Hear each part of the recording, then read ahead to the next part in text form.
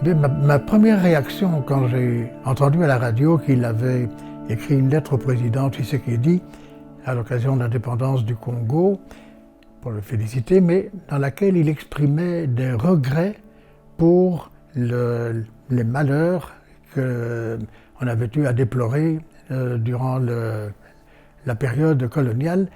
Je dois dire que ma première réaction a été l'indignation en me disant, mais enfin, mais pourquoi toujours présenter des regrets pour une période qui, finalement, a connu, évidemment, il y a eu des abus, il y a eu des exactions, certains, mais qui, dans l'ensemble, a apporté tout de même une amélioration incroyable du mode de vie des Congolais, hein, des habitants de cette partie de l'Afrique centrale.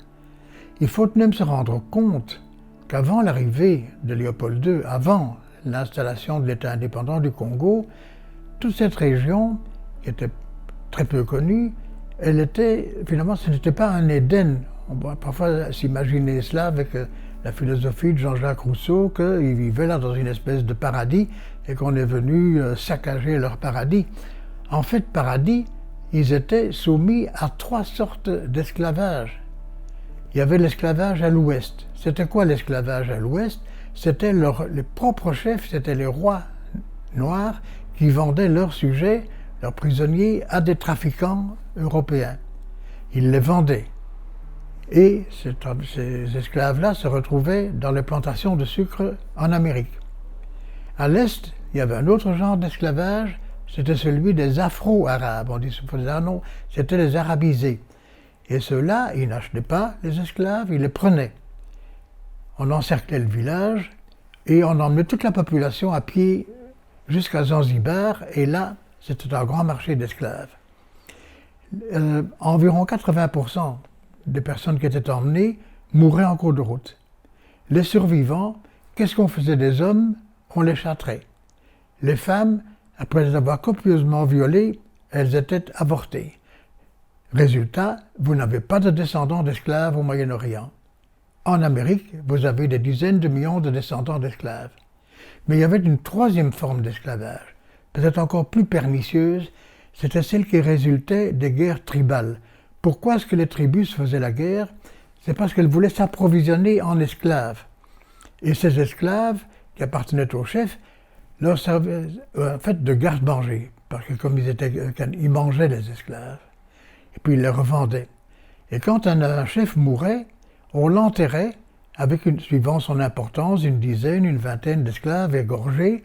Ça, c'était son garde-manger pour l'au-delà. Et quelques-unes de ses plus jeunes femmes, ça, c'était son harem pour l'au-delà. Eh bien, l'arrivée de Léopold II, l'État indépendant du Congo, a mis fin à cette pratique. Rien que pour cela, je ne vois vraiment pas pourquoi il faut demander pardon. Maintenant, attention, il est certain que ce régime léopoldien a entraîné des abus parce que, en voulant donc mettre ce pays en valeur et mettre les Congolais au travail, et ceux qui les mettaient au travail, les colons, les agents de société, etc., les agents de l'État, étant payés en fonction aussi de la production, ils n'ont pas été parfois avec le dos de la cuillère et qu'il y a eu des exactions. Bon, abordons le problème des mains coupées. On dit toujours, oui, il a fait couper des dizaines, il y a des dizaines de millions de morts. Bon, les mains coupées. D'abord, la main coupée, c'est une coutume des tribunaux coutumiers et de la charia aussi. On coupait la main des voleurs. Léopold II et les sociétés n'avaient aucun intérêt à couper des mains à tire-larigot parce que c'est pas comme ça qu'il allait récolter le caoutchouc. Et le rapport de la commission d'enquête internationale indépendante qui a été mise en route par Léopold II pour vérifier justement le bien fondé au nom de ces accusations, il a conclu à propos des mains coupées, je connais la phrase par cœur, nous n'avons pas trouvé au cours des 3 mois où nous avons enquêté dans les régions concernées un seul cas d'une main qui a été coupée à un noir vivant sur l'ordre d'un blanc. Tous les termes ont leur importance ici.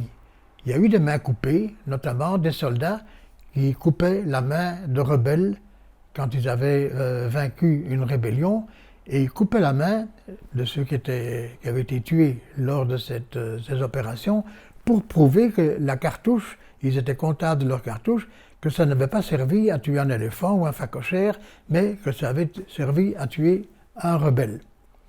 Voilà pour les mains coupées. On coupait de tout au Congo aussi, à ce moment-là. Quelqu'un qui n'écoutait pas le chef, on lui coupait l'oreille. Quelqu'un qui disait du mal du chef, on lui coupait la langue. Et je ne vous dis pas ce qu'on coupait à celui qui avait couché avec la femme du chef.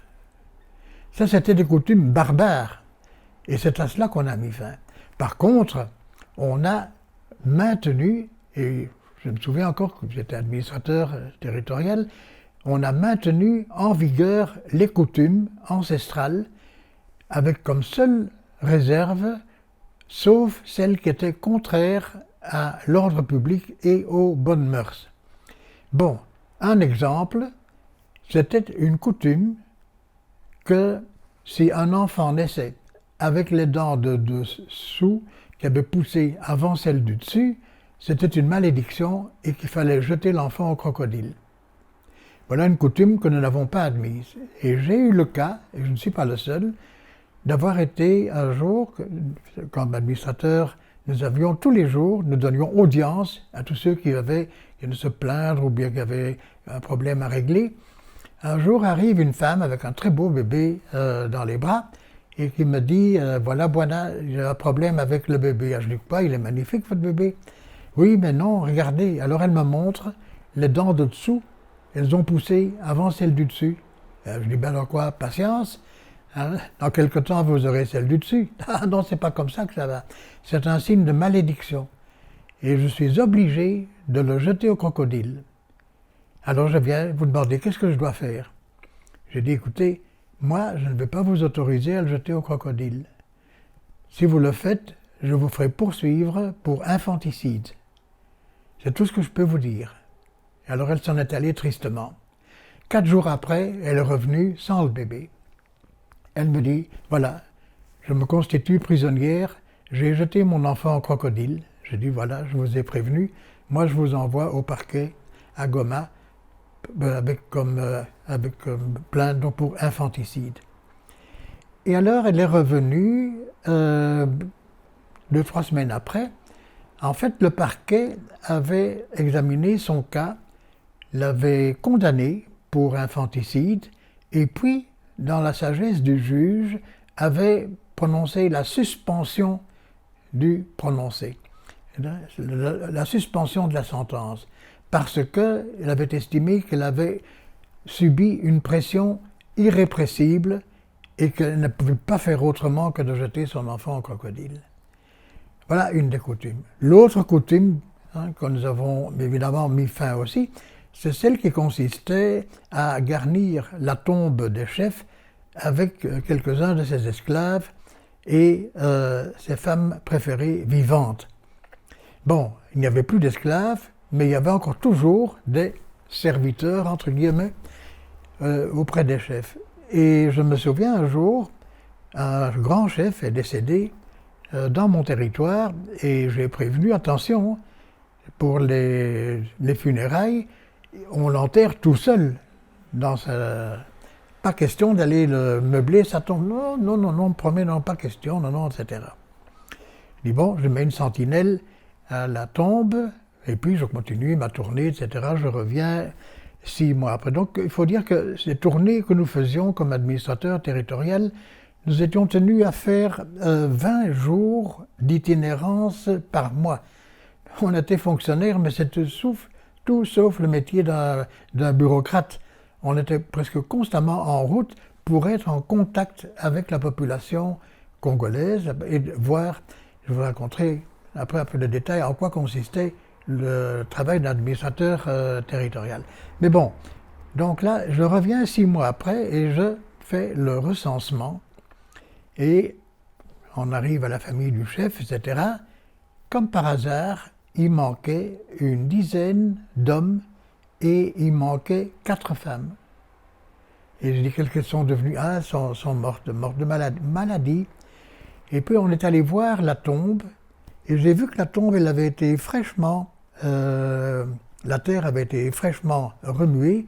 En fait, avant mon arrivée, ils avaient retiré les cadavres des esclaves et des femmes qu'ils y avaient mis. Donc c'était une coutume à laquelle ils ne pouvaient pas échapper, tellement le pouvoir de cette coutume était fort, et qu'ils disaient, tant pis, on risque, mais nous ne pouvons pas ne pas suivre cette coutume. Bon, évidemment, ils ont été punis, ceux qui ont fait cela, ils se sont retrouvés pendant des années en prison. Et on est arrivé même tout doucement à éradiquer cela. Bien, donc que faisait l'administrateur territorial? Peut-être, avant cela, tout de même réfuter encore l'une ou l'autre de ces choses qu'on dit.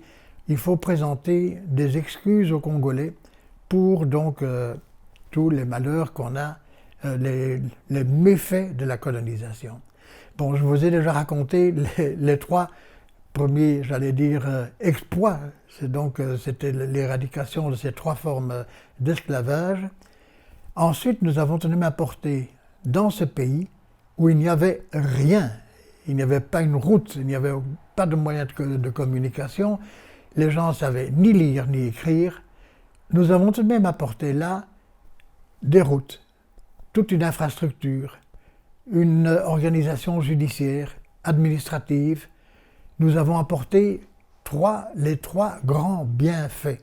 On mesure parfois la prospérité d'un peuple par son PIB, le produit intérieur brut, le produit national brut. C'est très joli tout ça, mais vous avez des pays qui ont un produit intérieur brut phénoménal, mais où les gens sont très malheureux parce que ce produit est mal réparti. Nous préférons, comme slogan, le bonheur national brut, le BNB. Et le bonheur national brut, ça s'exprime selon trois critères. Le premier, et ça vient du Bhoutan, ce petit royaume himalayen paradisiaque où règne le BNB. Le bonheur national brut, premier critère, la sécurité, l'ordre règne partout, jusque dans les endroits les plus reculés du territoire. 2. Un enseignement de qualité est disponible partout, gratuitement. 3e, des soins médicaux gratuits, de qualité, sont disponibles partout sur le territoire. Nous avions amené ces trois éléments du BNB. Et il faut présenter des excuses pour cela? C'est ça qui m'indigne. Par contre, nous pouvons certainement avoir des regrets pour des comportements, pour des abus, pour des cruautés aussi, des exactions qui ont été commises. L'homme est un homme.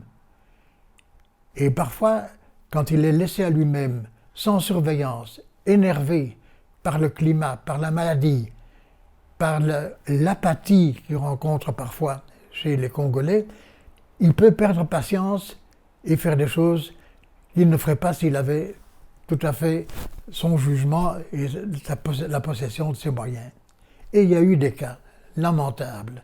Il y a eu des cas de torture, il y a eu des cas aussi d'exécution sommaire, il y a eu des prises d'otages, il y a eu toutes sortes de choses vraiment répréhensibles qui sont reprises d'ailleurs dans le rapport de la commission d'enquête que j'ai cité tout à l'heure. Mais ce rapport de la commission d'enquête, qu'est-ce que le roi Léopold II en a fait? Ce rapport était accablant, parce que tout en rendant hommage à la sécurité qui régnait, à tout ce qu'il avait organisé, etc., soins médicaux, enseignements, etc., ce rapport était accablant pour la conduite de certains de ses fonctionnaires, c'était quand même pas la généralité, mais tout de même trop, et d'agents de société qui commettaient des abus, comme j'en ai cité tout à l'heure. Mais le roi, quand il a vu ce rapport, il l'a publié, il l'a fait publier intégralement au journal officiel du Congo belge.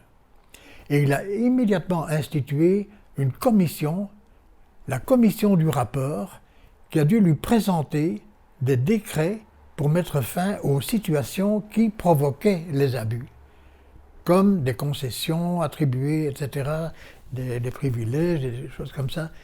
Bon, donc voilà ce qu'il en a fait.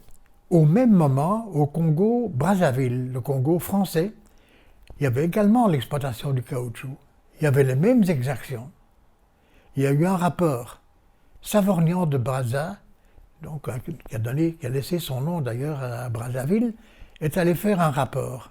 Il l'a ramené, rapport accablant, dont un commissaire, ils appelaient ça un commissaire de district, un genre d'administrateur, mis en cause pour avoir fait exécuter 10 000 villageois pour punir le village d'avoir refusé d'aller récolter le caoutchouc. Quand le ministre a vu ce rapport-là, il a dit « Oh là là, mais c'est une bombe ça ! Combien d'exemplaires avez-vous de ce rapport? Donnez-moi tous les exemplaires. » Brazza a donné tous les exemplaires. Il a mis ça dans son coffre-fort. Rien n'a été fait.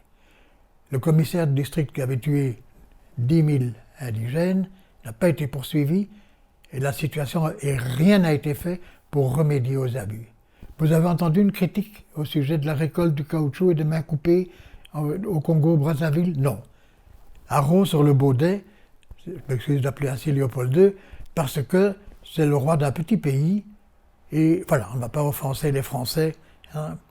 Alors, qu'est-ce que Léopold II, donc, suite à ça, a pris 24 décrets pour mettre fin à ça.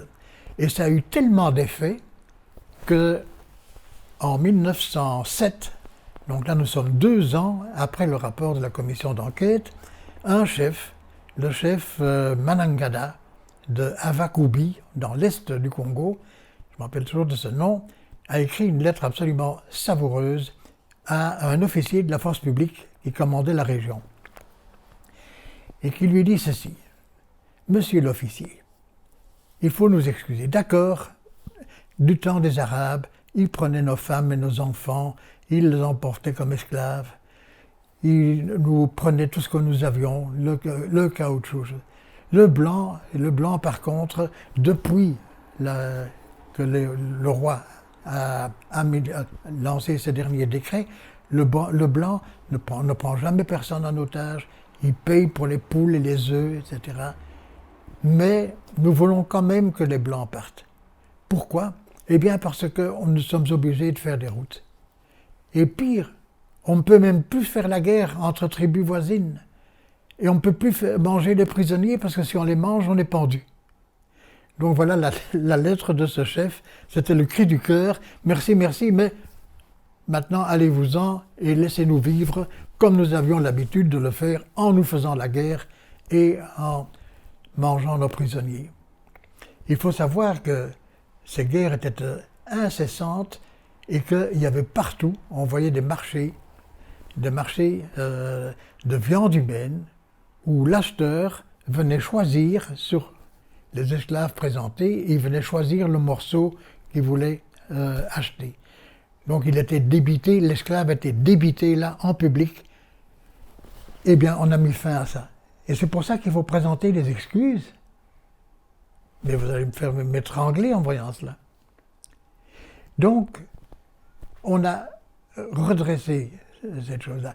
Et j'en arrive finalement à conclure que cette époque coloniale qu'il est maintenant politiquement correct de vouer aux hégémonies, finalement, quand on la compare à ce que les Africains connaissaient avant comme mode de vie et ce qu'ils ont depuis l'indépendance, on peut dire qu'entre la sauvagerie des débuts et la barbarie de maintenant, il y a eu la colonisation, finalement la période la plus heureuse de l'Afrique. Et pour dire cela, on passe bien entendu pour un ringard et un obstiné, mais je vous ai dit que toute cette œuvre n'a pas été toujours exempte de tâches vraiment infâmes, mais il faut voir le résultat final et il faut peser le positif et le négatif. Et quand on pèse cela, on ne peut que conclure que ça a été la période la plus heureuse que l'Afrique continentale ait jamais connue. Et pour terminer, je voudrais décrire rapidement le métier de l'administrateur territorial. Bien, Un administrateur territorial, c'était au fond, pour résumer son activité, nous disions souvent que nous devions tout faire sauf dire la messe.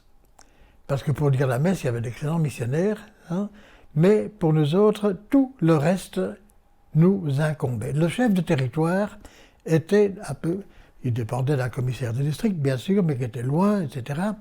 Et il était responsable de son territoire dans tous les domaines, que ce soit le domaine administratif, bien sûr, et là, nous avions mis au point un recensement de la population. Nous savions à l'époque exactement combien d'habitants il y avait au Congo. Du temps de, quand on parle des 10 millions de morts, du temps de l'arrivée de Léopold II, bien sûr, il n'y avait aucun recensement. Comment parler de 10 millions de morts dans un pays où il y avait peut-être maximum à cette époque-là 2 ou 3 millions? La population a peut-être baissé, elle a certainement baissé, après l'arrivée des Blancs, mais pour différentes causes. Il y a eu bien sûr aussi les travaux forcés, etc. Il y a eu des exactions, mais il y a eu les maladies, il y a eu d'autres facteurs. Mais bon, ce sujet-là, nous l'avons traité. Revenons à nos moutons, et donc l'administrateur de territoire, responsable administrateur, de l'administration, de la justice. Et là, c'était le domaine que j'aimais le mieux, parce que nous appliquions donc le droit coutumier indigène, et le chef de territoire était président du tribunal de territoire, qui était la juridiction d'appel de tous les tribunaux coutumiers indigènes. Et j'adorais assister à des séances de ces tribunaux coutumiers lors de mes déplacements en brousse. Comment est-ce que cela se passait? On s'installait quelque part, s'il y avait un gîte, on s'installait sur la terrasse du gîte, et puis les plaideurs arrivaient et expliquaient leur affaire. J'étais assis là, sur un tabouret, et il y avait les juges coutumiers à ma droite et à ma gauche, et on écoutait les plaideurs. Quand la partie A s'était exprimée, je me dis, mais enfin, c'est fou. Il a raison, c'est-à-dire, comment, qu'est-ce que l'autre va bien pouvoir trouver pour contredire ce qu'il a dit? Et puis j'entends la partie B, et puis je dis, mais non, d'un chien, mais alors qu'est-ce qui a raison finalement? Il était tout aussi convaincant que la première partie. Parce qu'il faut dire que le Congolais, il a la faconde, ils n'ont pas besoin d'avocat, il s'exprime admirablement. Alors je me tourne vers les juges, je dis, vous, qu'est-ce qui vous en semble? Qui a raison, A ou B? Soupir des juges. Ils me disent Bwana, c'est comme ça qu'ils nous appelaient, Bwana. Vous avez le temps? Ah, je dis tout le temps. Ici, je veux voir clair. Bon. Alors, on donne ordre aux policiers, hop, on renvoie tous les plaignants, et puis les juges commencent à discuter entre eux. Un peu en swahili, un peu dans leur langue, parce que nous parlions swahili à l'est du Congo avec eux. Et puis, ils appellent l'un ou l'autre, et je vois se reconstituer vraiment comme un tricot ou comme un puzzle. Et toutes les pièces du puzzle se mettent en place et je les vois venir parce que ceux qui veulent, dans leur sagesse bantoue, ce qu'ils veulent, ce n'est pas donner raison à A et tort à B, c'est trouver un terrain d'entente et une solution amiable. Eh bien, je trouve ça c'est magnifique. Ça, c'est la sagesse bantoue, chapeau. Ce n'était pas toujours possible, bon, un vol manifeste, etc. Mais chaque fois que c'était possible, parce que même un vol, pourquoi est-ce qu'il a volé? Ah oui, mais il est allé récupérer quelque chose parce que l'autre... Bon. Et donc il fallait... Parce que si on donnait raison à A et tort à B, le clan, la famille de B, pouvait prendre ses clics et ses claques et s'en aller. La vie n'était plus viable. Ils étaient devenus vraiment proscrits. C'était les damnés de la terre. Donc, la fonction du juge, ce n'est pas de trancher à la cartésienne, comme chez nous, c'est réconcilier. Ça, j'ai trouvé absolument magnifique. Et ça m'amène d'ailleurs au choc des cultures entre notre culture occidentale et la culture africaine. Les cultures, parce qu'il n'y en a plus d'une. Mais d'une façon générale, ce choc est frontal. Pourquoi? Parce que notre culture est imprégnée de notre passé judéo-chrétien et latino-grec et romano-grec. Donc, chez nous, les vertus qui sont mises en valeur, c'est la bonté, c'est la modestie, c'est la disponibilité, c'est la gentillesse, etc. Dans la culture africaine, la bonté, c'est de la faiblesse. La gentillesse, c'est de la lâcheté, c'est de la fourberie. C'est tout à fait différent. Faites un cadeau à un Congolais, bon, il sera poli, mais il va se méfier. Pourquoi est-ce qu'il me fait un cadeau? Qu'est-ce qu'il a derrière la tête? Par contre, on oppose à cela une solidarité clanique à l'épreuve, vraiment à l'épreuve de tout. La meilleure mutualité qu'on puisse imaginer. Dans un clan, on ne peut pas imaginer qu'un tel manque de quelque chose si tel autre membre du clan peut l'aider. Ça explique parfois aussi qu'il y a eu des trous dans la caisse chez un postier, je ne vais pas le nommer parce que là, ça a servi à autre chose, mais ou un fonctionnaire, un commis qui a puisé dans la caisse. Et en fait, c'était parce que, comme il avait accès à l'argent, c'était le seul qui pouvait aider celui de son clan qui était dans le besoin. D'ailleurs, dans son idée, il n'avait pas volé, il avait emprunté. La même chose se passait d'ailleurs aussi dans les centres de négoce, les magasins, où il y avait, dans des magasins, on trouve de tout, un genre de bazar, et il y avait ce qu'on appelle les capitans vendeurs. Le capitan vendeur, c'était celui qui officiait, qui vendait, qui encaissait, qui tenait la caisse, etc. Et une fois par mois, le commerçant européen, c'était un grec, un portugais, un chypriote, un belge aussi, un hollandais, venait prendre la caisse et faisait des comptes, c'était très très bien. Tout se passait très bien si les commerçants venaient l'un après l'autre. Mais s'il y en avait 2 ou 3 qui venaient en même temps, alors là, ça devenait beaucoup plus embêtant parce qu'il y avait des trous dans la caisse à ce moment-là. Quand il venait seul et qu'il se rendait compte que sa caisse ne correspondait pas avec les écritures, il demandait à ses collègues du flous pour que la caisse corresponde avec les écritures. Il était content, le commerçant était content, partait avec une partie de l'argent, lui laissait l'autre pour changer. Mais autrement, voilà, alors on dépose des plaintes pour détournement de fonds, et j'ai eu beaucoup de cas à traiter où des capitans vendeurs étaient poursuivis pour avoir puisé dans la caisse, alors qu'ils le faisaient tous, mais il y en avait qui se faisaient attraper et d'autres pas. Bien, alors une des choses aussi, comme formation, pour devenir administrateur territorial, il y avait en fait 2 filières. Il y avait peut-être d'abord 2 catégories. On était agent territorial, et là, c'était parce qu'on avait comme formation une formation de humanité. Ou bien alors on était administrateur territorial, on commençait comme assistant, parce qu'on avait soit suivi les cours de l'université coloniale, on a changé le nom, une fois que colonial est devenu un mot obscène, on a remplacé ça par l'Institut national universitaire pour les territoires d'outre-mer, l'INUTOM. Donc ou bien on sortait de l'UNITOM et on était formé pour être administrateur territorial, assistant ou agent territorial, si on avait fait que 2 ans, ou bien on avait fait des études, d'autres études universitaires, peu importe lesquelles, mais 4 ans, et alors on passait un concours au ministère, s'appelait le ministère des colonies, bien entendu débaptisé après ministère des Affaires étrangères, après l'indépendance. On passait un concours et il y avait par exemple 10 places disponibles, on était 100, on faisait le concours et on prenait les 10 premiers. Et c'est comme ça que j'ai été engagé comme administrateur territorial assistant. Alors, ce grade, on avait droit à 3 barrettes dorées sur des épaulettes vertes avec la couronne royale, etc. Ça, c'était administrateur territorial assistant. Quand on était chef de territoire, il y avait une 4e barrette et puis une grosse barrette, commissaire de district, etc. Je raconte ça parce que quand je suis arrivé dans mon territoire, mon premier territoire, Rutshuru, jeune blanc-bec, j'avais 22 ans à l'époque, avec mes 3 barrettes dorées, je suis tombé sur un chef de territoire, un vieux de la vieille, qui avait mis 15 ans il avait commencé comme agent territorial, il avait fait toute la guerre, et il avait commencé donc comme agent territorial, il avait fini par obtenir, faire la passerelle, obtenir le grade d'administrateur territorial assistant, avec exactement le même nombre de barrettes que moi, jeune blanc-bec débarquant d'Europe.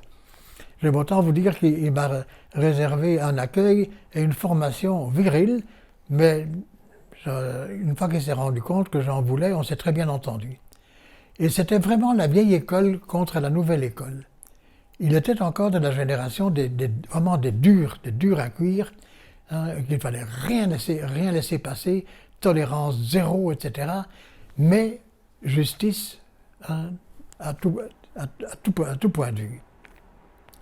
Bien, quand on arrive, en premier lieu, quand on arrive là dans un territoire, quand on part pour le Congo, donc nous sommes partis, ma femme et moi, en mars 52, nous étions désignés pour l'Est, on ne savait pas encore exactement où, et donc nous devions partir depuis Anvers, on prenait le bateau, et puis on nous débarquait à Lobito, en Angola, et puis on prenait le train, et on traversait tout l'Angola pour arriver la nuit au Katanga.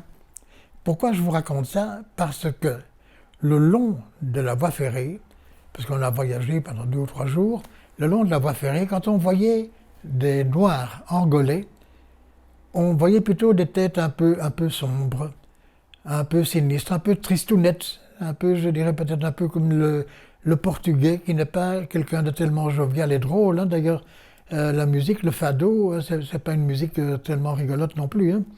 Et puis alors on passe la frontière à Dilolo, on arrive au Congo belge, il est minuit, qu'est-ce qui se passe? Les villages se vident, toute la population est là, qui crie, qui danse, etc. Il y a un mot qui revient tout le temps, caribou, caribou. Il dit c'est quoi? Il dit on n'est pas des marabouts. Non, non, c'est pas ça. Caribou, ça veut dire bienvenue. Vous vous rendez compte? Moi qui venais d'un pays qui avait été occupé par les Allemands, et qui me demandait quand même un petit peu, en arrivant au Congo, est-ce qu'on va nous recevoir là? Est-ce qu'on nous considère comme des occupants? Eh bien non, on était accueillis avec vraiment des cris de joie et de bienvenue. Et ça se manifestait, c'était surtout, je dirais, vis-à-vis de ceux qui faisaient partie de l'administration, des missions, etc., certains colons aussi, les commerçants parfois un peu moins, parce qu'on les savait assez âpres au gain, mais je veux dire, il y avait cette bonhomie typiquement congolaise et qu'on retrouve vraiment dans toutes les différentes parties du Congo. Vous n'avez pas ça au Rwanda, par exemple. Au Rwanda, les gens sont beaucoup plus figés. Si vous allez dans les anciennes colonies anglaises ou protectorats comme l'Ouganda ou le Kenya, eh bien, ils sont, je dirais, comme diraient les Flamands, ils sont un peu steff, hein, avec des bas jusqu'aux genoux, et tirés à 4 épingles, une petite badine. Hein. Chez les Français, vous les verrez un petit peu négligés, je dirais, avec un cinglet, comme on dit, chose, et un petit peu jovial. Et cette espèce de mimétisme colonisateur, colonisé, et le Congolais avait hérité notre bonhomie, de notre amour de la bière, de la zouance, de la blague, etc. Et finalement, on s'entendait très bien avec eux.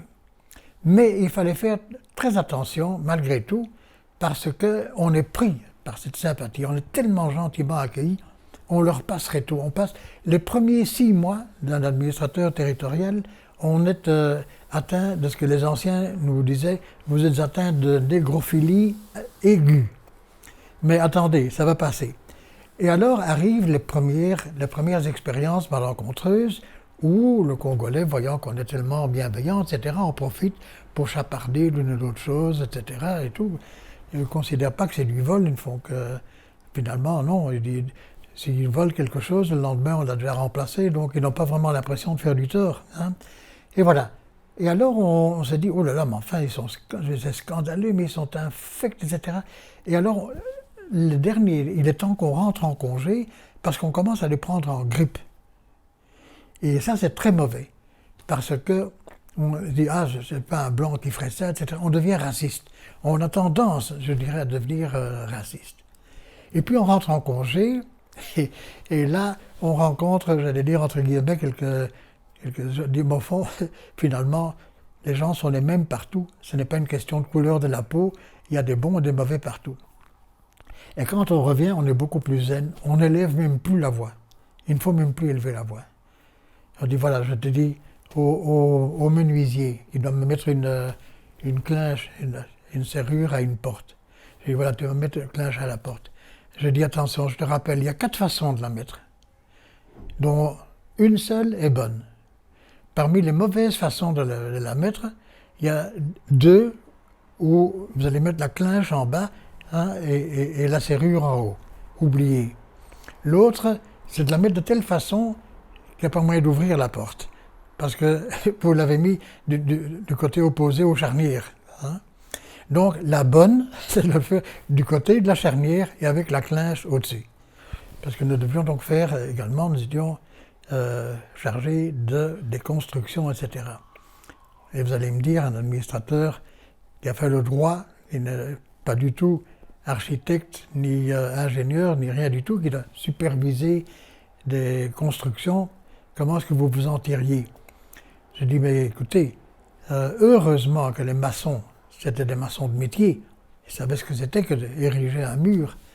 Hein. J'ai dit, la seule chose à laquelle nous devions veiller, c'est que ce soit de niveau.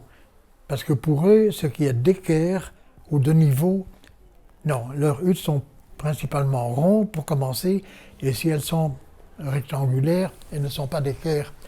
Quant au niveau, c'était le cadet de leurs soucis. Et alors ils avaient appris, certains au début avaient appris que pour le niveau, il fallait que la bulle soit entre les 2 petites lignes. Et alors je dis ce mur n'est pas droit. Comment il n'est pas droit, me disait le maçon. Il prend une latte, il la met droit, tout près du mur, il met le niveau, et puis hop, il bouge la latte jusqu'à ce que la bulle se retrouve entre les 2. Je dis, mais la latte, elle n'est plus contre le mur. Hein. Donc voilà le genre de blagues et d'anecdotes qu'on racontait, mais on prenait ça finalement donc un peu à la rigolade, mais il fallait donc rester zen. Alors pour finir, oui, ce que je reprochais au système. Il y avait incontestablement une espèce de racisme, de sentiment de supériorité et une espèce aussi de pusillanimité, enfin, vraiment petit belge. Léopold II disait petit pays, petites gens. Et disons que pour ce qui est de la colonisation, ça se manifestait dans la crainte qu'avaient les grades subalternes d'être un jour égalés ou surpassés par un noir. Et là, c'est comme ça, par exemple, que quand ils ont pu faire des études universitaires, médecins, ils pouvaient faire 6 ans, pas 7. Parce que faisant 6 ans, ils étaient assistants médicaux. 6 ans faisaient 7, ils étaient docteurs en médecine. Oh là là, la catastrophe! Il fallait alors les loger comme des blancs, il fallait les payer comme des blancs, les traiter comme des blancs. Il allait avoir des infirmiers, des infirmières blanches sous ses ordres. Horreur et putréfaction. Non, pas question de cela. Et c'était les syndicats qui s'opposaient à cela.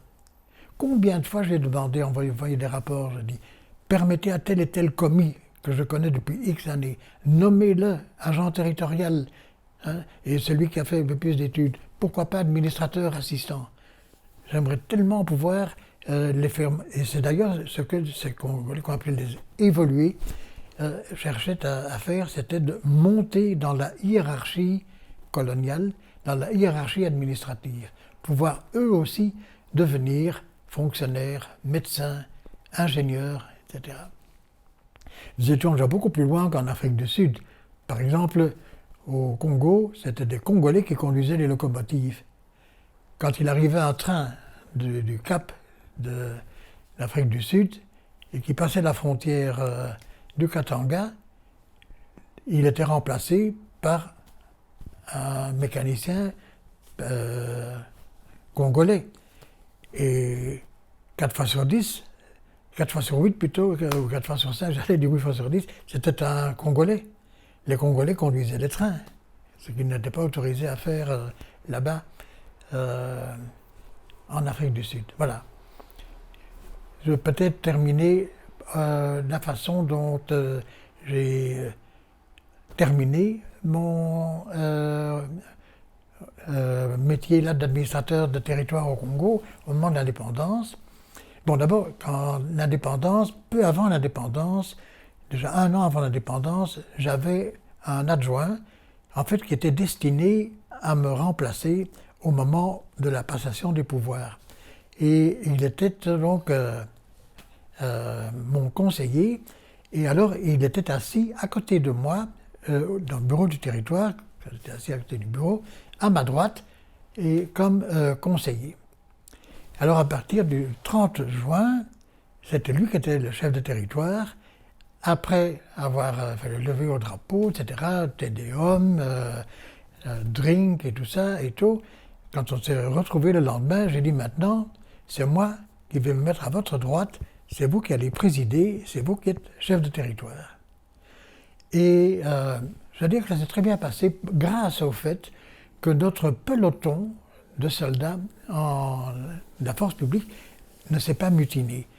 Tout s'est effondré au Congo à partir du moment où la force publique s'est mutinée. Et elle s'est mutinée peu après l'indépendance, quelques jours après, suite à un incident qui est survenu à Léopoldville, quand le général Janssens a voulu expliquer à ces donc gradés congolais qui n'étaient pas officiers, parce que les officiers il fallait être blancs, et il avait écrit au tableau « Après l'indépendance égale avant l'indépendance ». Il ne voulait pas dire qu'il n'y avait rien de changé, mais il voulait dire que pour eux, il n'y avait rien de changé. Ils ne devaient pas s'attendre à pouvoir du jour au lendemain être bombardés, capitaine, etc., et se retrouver dans une grosse limousine comme Lumumba ou Kasavubu avec un chauffeur. Non, non, vous faites pas d'illusion, après l'indépendance égale avant l'indépendance. C'était la mutinerie. Et la mutinerie, elle s'est déclenchée d'abord, non pas vis-à-vis des Blancs, non pas vis-à-vis des officiers, mais ils ont été attaquer la maison de Lumumba, qui était Premier ministre et ministre de la Défense, en disant « Hé, saligo, hein, nous, qu'est-ce qu'on est? On est les dindons de la farce, nous. Toi, hein, toi tu as une grosse bagnole et tu as une maison magnifique, etc. Et nous ?» Et alors, ce sont des officiers blancs qui ont dû empêcher, je dirais, le pillage de la maison de Lumumba. Et ils ont sorti leur ceinturon et ils ont commencé à taper sur les mutins. Et la révolte s'est retournée contre les officiers. Ils se sont dit, mais après tout, c'est eux qui sont dans le chemin. Et alors, ça a été terrible. Et tout s'est effondré à gauche et à droite. Parce qu'à ce moment-là, il y a eu des atrocités épouvantables à laquelle personne ne pense à demander que les auteurs ou que le Congo demande pardon pour des atrocités épouvantables commises par les mutins et par d'autres depuis l'indépendance. Tous ces viols où on violait des femmes, des petites filles devant leurs parents, etc. Hein, où ils éventraient des gens. Non, ça a été absolument horrible. Attention, je précise aussi que 2 mois avant l'indépendance, donc l'indépendance 30 juin, 2 mois avant, j'avais déjà pris mes dispositions pour renvoyer ma femme et mes 5 enfants en Belgique. Et j'avais dit, certains colons me disaient « mais vous semez la panique ». Je dis « pas du tout », j'ai dit « mais quand le bateau coule, le capitaine doit rester à bord, mais pas la femme du capitaine et pas les enfants du capitaine. Donc je les mets en sécurité et je serai d'autant plus disponible ». Arrive donc l'adjudant qui me dit « ils deviennent nerveux parce que les soldats se sont mutinés à Goma ». Goma était le chef-lieu du district. Et pourquoi est-ce qu'ils se sont mutinés à Goma? Parce qu'à Goma, où il y avait une population européenne assez importante, le corps de volontaires européens, qui était au fond une association un peu comme une espèce de garde civique, avait cru malin de se balader en ville, armés, en marchant au pas, pour montrer leur force, pour ne pas devoir s'en servir. Ça, c'est encore une fois un concept à nous, Européens. À Africains, si vous montrez votre force, c'est pour vous prévenir qu'on va s'en servir. Et ils vont être les premiers à s'en servir. Et ils se sont mutinés, ils ont fait des prisonniers. Le commissaire de district, l'administrateur sont retrouvés en prison. Et alors ils me disent, voilà, ils ont peur qu'ici aussi, les corps de volontaires de Béni vont les attaquer. Je dis, mais enfin, j'ai dit, faites-les venir. Et il les a fait venir dans la maison que j'occupais avec quelques adjoints. Nous étions encore 3-4. D'autres avaient déjà franchi la frontière pour mettre leur famille en sécurité. Ils n'étaient pas encore revenus. Et j'ai mis sur la terrasse, on appelle ça la barza, nos armes. On avait chacun droit à une mitraillette et un revolver. Je dis, voilà nos armes. Je dis, nous, après tout, on est des civils. C'est à peine si on sait s'en servir. C'est peut-être même dangereux si on prend ça en main. Donc, voilà, on n'a pas besoin de ça. C'est vous qui êtes chargés de maintenir l'ordre et de nous protéger. Prenez ces armes et vous mettez ça à l'arsenal, bien fermé à clé. Hein, et comme ça, vous n'avez pas à avoir peur. Nous n'avons pas peur de vous, vous ne devez pas avoir peur de nous. Ils sont partis, grille de respect, comme on dit. Ils ont salué. Et le soir même, nous avons eu chacun une sentinelle qui venait voir si tout se passait bien pour nous, etc. Et c'est comme ça que nous avons évité une mutinerie. Alors pourquoi suis-je finalement parti? Finalement, on arrive, donc l'indépendance, fin juin, juillet, on arrive le mois d'août, bien avancé, et arrive à un moment donné une colonne de camions de la force publique de la province orientale, d'une autre province, des soldats qui débarquent très excités, à moitié sous, chanvrés, puis hop, il y en a un qui entre à gradé, puis entre dans le bureau où j'étais à la droite de mon chef de territoire, et qui me dit ben, qu'est-ce que vous faites encore ici? Je ne sais pas que c'est l'indépendance. Hein? Alors je dis oui, je sais que c'est l'indépendance, mais ce n'est pas à moi que vous devez vous adresser. Le chef, c'est lui. Hein? Pas question. D'ailleurs, je dis écoutez, il faut vous en aller. Je dis si vous donnez l'ordre, et si mon chef y consent, moi je n'attends que ça. Je dis parce que tous mes collègues qui sont déjà rentrés en Belgique, ils sont en train de rafler les meilleures places là-bas. Et moi, en restant ici, quand je vais arriver en Belgique, il n'y aura plus rien. Donc, si vous voulez que je parte, je pars ce soir. Allez, 48 heures. Et alors, j'ai prévenu, alors j'ai été voir Monseigneur Pirard, la mission, je dis désolé, mais la force publique m'oblige de partir. Prenez vos dispositions, ceux qui veulent nous accompagner, nous allons faire une colonne avec ceux qui veulent partir. Et nous partons, on était voisins de l'Ouganda. Finalement, il n'y en a pas.